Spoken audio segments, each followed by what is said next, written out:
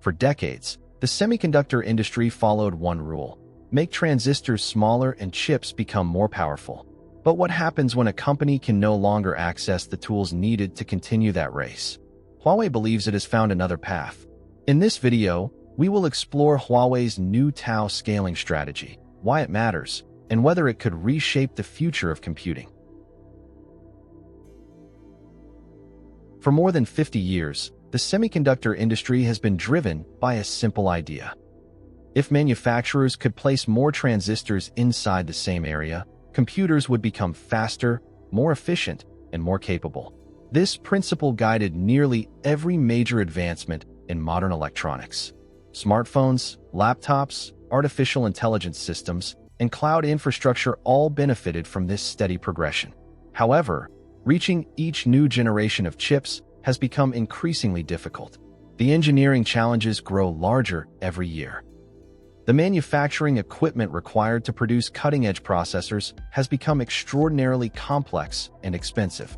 Only a small number of companies possess the technology needed to operate at the very front edge of semiconductor production. This reality created a major challenge for Huawei. Restrictions on access to advanced chip-making equipment meant the company could no longer rely on the traditional roadmap used by industry leaders. Instead of accepting that limitation, Huawei appears to be pursuing a completely different strategy. At the center of this effort is a concept called the Tau scaling law.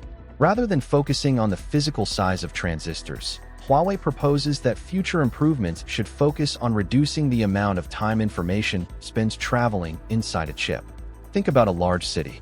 One approach to improving transportation is building narrower roads to fit more lanes. Another approach is redesigning the city so destinations are closer together. Huawei believes chip design can benefit from a similar philosophy. According to the company, shortening internal communication paths can create substantial performance gains even without shrinking transistors to the smallest possible dimensions. This shifts the conversation from geometric scaling to what Huawei describes as time scaling. If successful, this would represent one of the most significant changes in semiconductor thinking in decades. Instead of competing solely on manufacturing precision, future competition could increasingly depend on architecture, design efficiency, and data movement optimization. The most discussed element of Huawei's proposal is something called LogicFolding. This architecture aims to reorganize circuits in a way that minimizes the distance signals must travel throughout a processor. Modern chips contain billions of transistors connected through incredibly complex pathways. Even though electrical signals move extremely quickly, the distances involved can still create delays. As processors become larger and more complicated, these delays become increasingly important. Huawei's solution is to rethink how components are arranged. Instead of spreading functions across wider areas of silicon, LogicFolding attempts to organize them in more compact and interconnected structures. The company claims this can shorten some signal pathways by as much as 50%. A reduction of that magnitude could have meaningful effects on performance. Information would move more efficiently between different parts of the processor. Certain tasks could be completed faster while consuming less energy. Another important aspect of the strategy involves manufacturing. Leading-edge chips typically require extreme ultraviolet lithography, often called EUV. Huawei does not currently have access to this technology. Instead, the company plans to rely on advanced patterning techniques using older deep ultraviolet equipment. This approach effectively extracts more capability from existing manufacturing tools. Rather than depending entirely on newer machines, engineers attempt to compensate through clever design and fabrication methods. The broader significance is fascinating. For years, many observers assumed that access to the newest manufacturing equipment was the only path toward top-tier semiconductor performance. Huawei is challenging that assumption. The company is essentially asking a fundamental question: what if better architecture can offset some of the advantages traditionally provided by smaller transistor sizes? That idea has attracted enormous interest because it suggests there may be multiple routes toward future computing advances. However, turning an ambitious concept into a reliable commercial product is never easy. The semiconductor industry has learned repeatedly that impressive theoretical gains must ultimately prove themselves in real-world applications. This brings us to the biggest question surrounding Huawei's announcement. Can this actually work at scale? Whenever a company announces a potential breakthrough, excitement naturally follows. Yet experienced semiconductor engineers often focus on the challenges hidden beneath the headlines. Huawei's proposal is no exception. One of the largest concerns involves heat.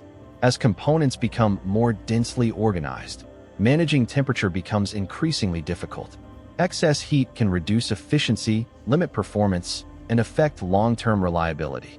Thermal management is already one of the most important challenges in advanced computing.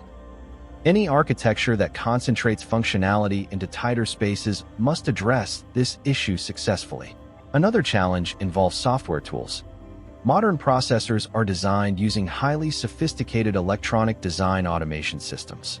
These tools have evolved over decades and are optimized for conventional chip architectures. LogicFolding introduces new design complexities that may require entirely new development tools. Creating such software ecosystems takes enormous investment, time, and expertise. Manufacturing consistency is another major factor. Producing a prototype is very different from producing millions of processors with predictable quality and performance. Semiconductor manufacturing depends heavily on yield rates. Even small variations can have significant economic consequences. This is why many analysts remain cautious.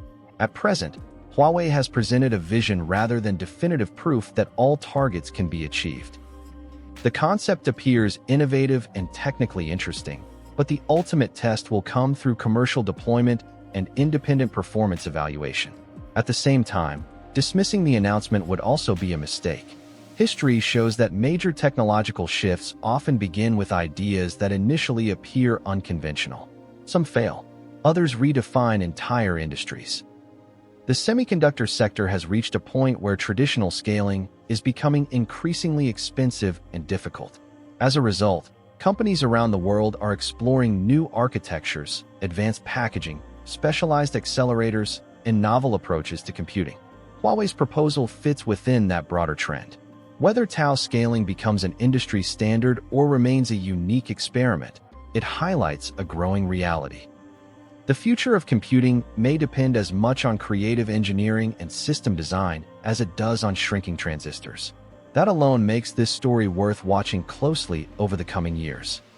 Huawei's Tau scaling law and LogicFolding architecture may represent one of the most ambitious semiconductor ideas introduced in recent years. Rather than competing directly in the traditional transistor shrinking race, the company is attempting to redefine how performance improvements are achieved. The technology remains largely unproven, and significant engineering challenges still stand ahead. Yet the announcement has already sparked a global conversation about the future of chip design. Whether Huawei succeeds or not, one thing is becoming increasingly clear. The next era of computing may be shaped not only by smaller transistors, but by entirely new ways of thinking about chips themselves. If you enjoyed this video, don't forget to like, share, and subscribe for more updates on space exploration and scientific discoveries, and don't forget to leave a comment below. Thank you for watching, and see you next time.